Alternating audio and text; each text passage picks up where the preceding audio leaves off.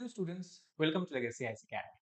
So in today's video, we are going to discuss about a very important concept in the ethics, that is the virtue ethics. Virtue ethics, the main principles of virtue ethics initially was given by the Greek philosophers such as Socrates and Plato as well as Aristotle. So we are going to discuss in details what do we understand with the term virtue ethics, what are its main themes and what are its major principles, as well as also criticism and the benefits that the virtue ethics offers to us. So to give you first of all a brief introduction, virtue ethics describes a certain philosophical approach to the questions that is related to the concept of morality. It is a way of thinking about ethics that is the characteristics of the ancient Greek philosophers as well as the Roman philosophers, particularly Socrates, Plato, as well as Aristotle. However, for a long period of time, this particular theory of ethics was discarded, were not given so much importance. However, in the 20th century or later part of 20th century, it began to become popular once again, thanks to the work of moral philosophers of that time, such as Elizabeth Anscombe, Philippa Foot, as well as the Alasdair MacIntyre. So let us try to understand what is the virtue ethics. But before that, let us try to understand what are the major themes of the virtue ethics.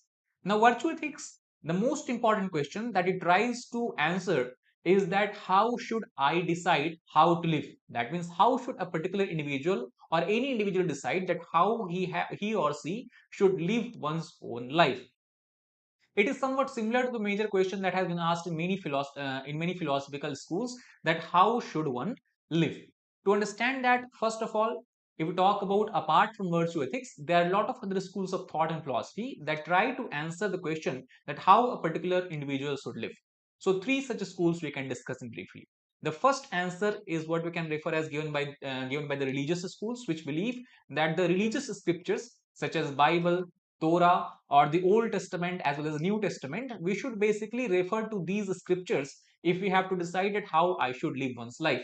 Since these are the books that is based on the words or the dictations of the God, and that is why the life that has been suggested by the humans to the God should be the ideal life one has to choose. That is the first theory.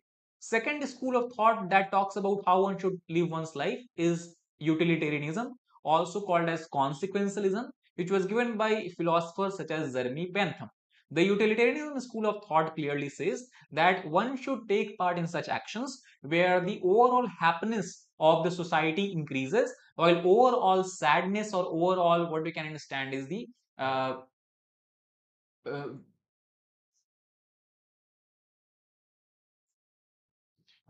on the other hand, we also have to ensure that overall pain in the society decreases. That means the maximization of pleasure and minimization of pain is the principle on which everyone should lead one's life.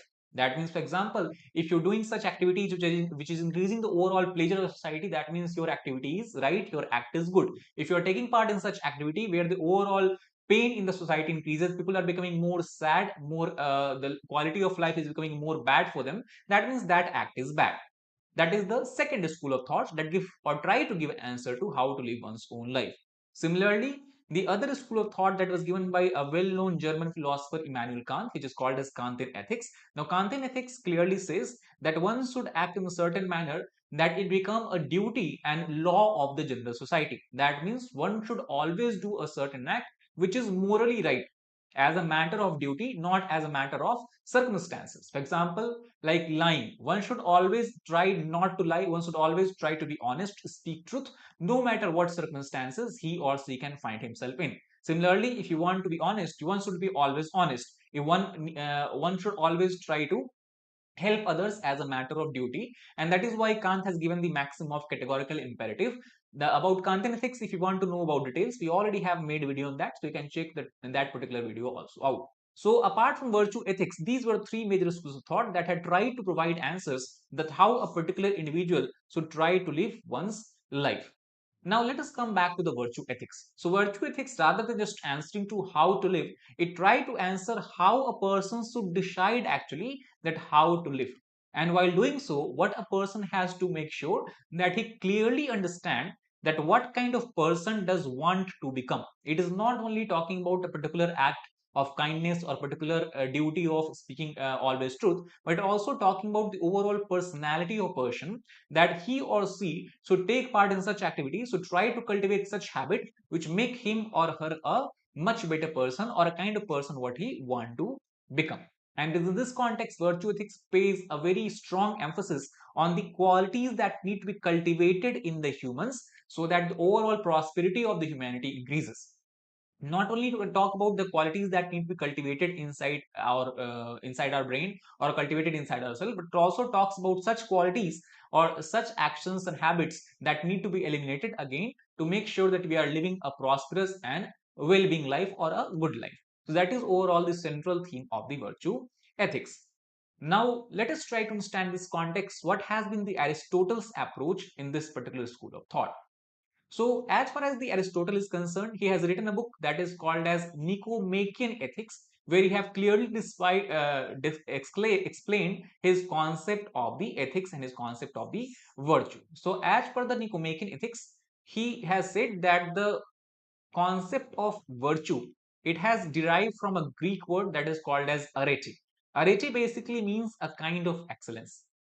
Now, what is excellence? Excellence can be defined as things or the qualities that enable any human to live a good life and also to flourish as a member of a human being or human society, human family. And thus, in this context, Aristotle has clearly said that to live a good life, to flourish as a human being, an individual should try to basically make sure that his rational faculties are fully exercised. Now, this is very important point because Aristotle believed that what actually separates humans from animals is the exercise of rationalism. Humans are able to allow rational thoughts to come into the mind and exercise according to them, while animals cannot do so. And it is due to this reason he has paid a strong emphasis on the exercise or full exercising of rational faculties. And how we can exercise rational faculties? He has said the qualities such as friendship, civic participation, aesthetic enjoyment, as well as intellectual inquiry should be the main pillars on which a person should try to cultivate his or her habit. Now, habit is again a very important concept or important point that has been underlined by Aristotle, where he has said that one should not do good deeds just randomly sometime whenever one want, but rather than it should be a habit of particular individual. One should not be virtuous at some time and not be virtuous at some time depending on circumstances, but one should try to be virtuous in all the circumstances, whether it suits him or does not suit him, that is not the question. And that is why the cultivation of such behavior is very important, because it will then become ingrained in your mind, and thus the person will act virtuous not because after inspecting or after analyzing the situation, but just as a matter of habit. So this is the overall theme or approach of Aristotle. In explaining the same concept again, he also have talked about two kind of virtue. The first kind of virtue which Aristotle described is called as intellectual virtue. Intellectual virtue refers to such virtue which are exercised by humans in the process of thinking. At the same time, he had talked about the moral virtue. And as per Aristotle, moral virtue refers to an exercise that a person do while he is acting or he is doing certain acts. And thus, a character trait that it is good to possess and that a person displays habitually is a part of moral virtue, as we have discussed right now. In this context, Aristotle has given a theory which is popularly known all across the world as a theory of golden mean. Now, what is theory of golden mean? Theory of golden mean simply says that while being virtuous or while cultivating any traits, while cultivating any qualities in us, we should try to avoid the extremes of such quality. To give you a better example, what basically it means. Now, Aristotle clearly says that when we talk about the golden mean here is not a mathematical concept, mean here is not a mathematical term, but rather it is a kind of what I can understand is a decision that a person has to take which is appropriate in the circumstances. And that is why Aristotle has given importance to the practical wisdom. That means in different circumstances, one had to be virtuous necessarily, but also one need to have this practical wisdom that what kind of qualities one need to display in the given circumstances. That means as far as Aristotle is concerned, golden mean refers to the ability of an individual to correctly determine as per the practical wisdom that what is the appropriate course of action in the given circumstances. Now let us try to understand this golden mean concept in more detail. So suppose we take one example. if we take one virtue of courage, so as per Aristotle, if courage is totally lacking an individual, that means it is on the negative extreme, that is not desirable because it gives rise to the qualities of cowardice, which is not a desirable quality. On the other hand, if a person has excess of courage, then that also is not desirable, because a person is excessively courage, then he can take part in recklessness. In simple life, we take into example, we have seen many cases, many videos where people are driving bike in a very reckless manner, which can actually cause accident, which will not only damage and can cause loss of life to them, but also are threat. These activities are threat to the other people who are walking or who are driving on the road. So that is the example of courage, which is excess courage that give rise to recklessness. That is also not a desired quality. Rather, we should try to have a balance where we are not having deficiency of courage, and at the same time we are not having the excess of courage. We have the good quantity of courage. We have the what you can say is a mean quantity of courage, which is desirable in given circumstances. So a lot of such examples we can take for our purposes. For example, if you take generosity, if a person has complete deficiency of generosity, that is not right, because it gives rise to misery or miserliness. On the other hand, if there is excess of generosity, it can give rise to extravagance. Similarly, ambition, lack of ambition causes slothness, while the excess of ambition can give rise to greed. So as you can see from all these examples, we have a lot of such examples we have taken. So you can read this and understand that what basically Aristotle meant when he gave the concept of golden mean. So this is overall the concept of virtue ethics. Now, obviously, in 20th century or the later part of 20th century, as you have discussed, there was a rise of virtue ethics. That means there must have been some advantages that have caused the interest among the philosopher about this particular branch of philosophy. So let us try to understand what are the advantages that virtue ethics offer. So first of all, virtue ethics offers a broad conception of ethics in general. It does not just restrict itself to talking about that what one should do, what is the right course of action, what is the duty of an individual. Rather than it talks about the overall humanity and how a person should lead his life so that he feels flourishes, and also his life is what we can say is more complete in nature, and it gives rise to the human well-being in general.